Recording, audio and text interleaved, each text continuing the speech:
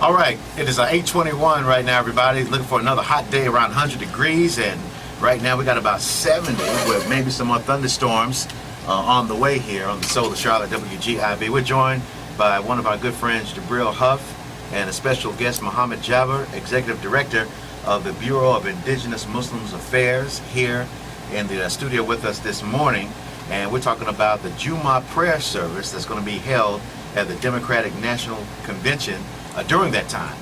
And it's the grassroots message of prayer, unity, reconciliation, and just getting the community together. Over 20,000 people praying at Marshall Park this year. Assalamu alaikum, brother. So tell us about this. This is pretty controversial. Is this controversial in Charlotte, that these Muslims are coming and invading Charlotte, and they're going to do a prayer service at Marshall Park with 20,000 people bending and bowing, prostrating and praying?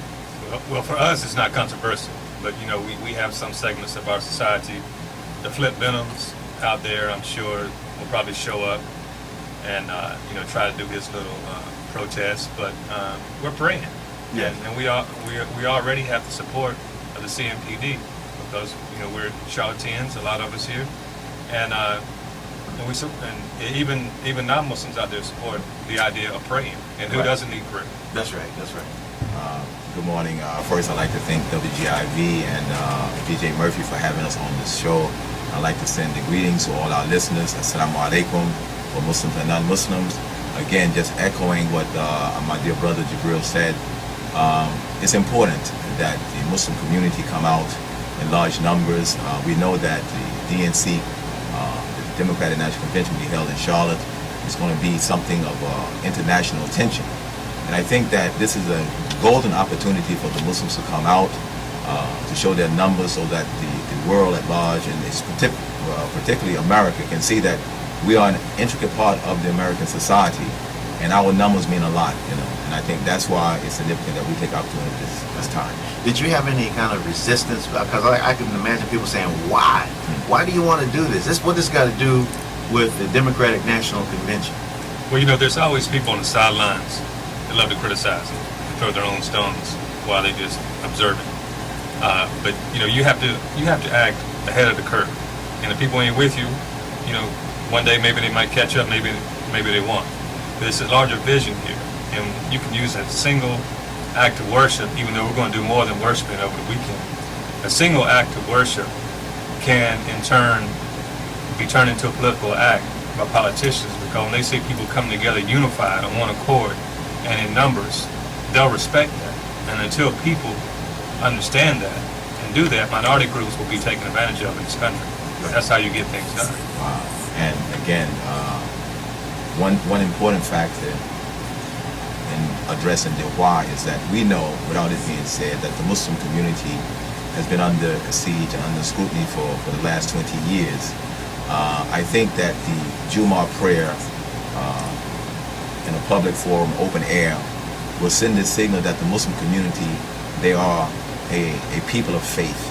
They definitely have a connection to a creator, and they have moral values, and they have standards that needs to be recognized. And I think that coming out, in large numbers would demonstrate that.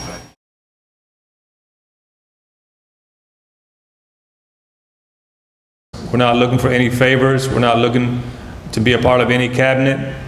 We're not looking to shuffle feet. We are looking to address the needs of our community and not just close our eyes while America is changing in front of us, in front of our eyes. A lot of our issues, we're saying, yeah, there are issues. There are Islamic Issues Conference, but there are more than just Islamic issues. These are American issues. Muslims just happen to be on the front lines. I want to just take a brief moment to go through the ideal of the significance and the urgency of having Jumah at the DNC. First, we have to ask ourselves the question, is America Islamophobic? Meaning that, is it still suffering from the social anxiety that has been perpetrated by media and press? and I'm sure we can answer that question in the positive. Is Islam public enemy number one in America? Again, we can answer that with a positive. Have the Muslims been under the radar for the last 20 years? Yes, I think we can answer that in a positive. Now, there's an opportunity. If we look at the Democratic National Convention, Labor Day weekend, this is something that will take the total attention of this nation. The Democratic National Convention. Where will it be this year? It will be in the very city in which I am broadcasting from this evening. It will be held in Charlotte, North Carolina.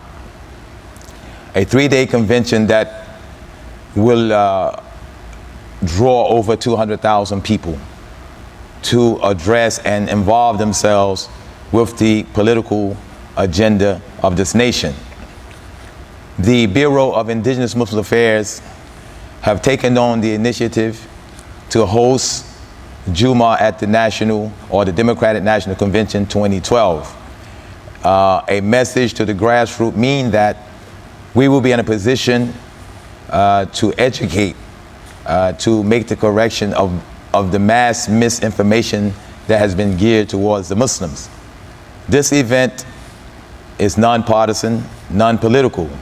It is representing one community, one Islam, with one voice, and for all those Muslims who understand the urgency of coming out to answer the call.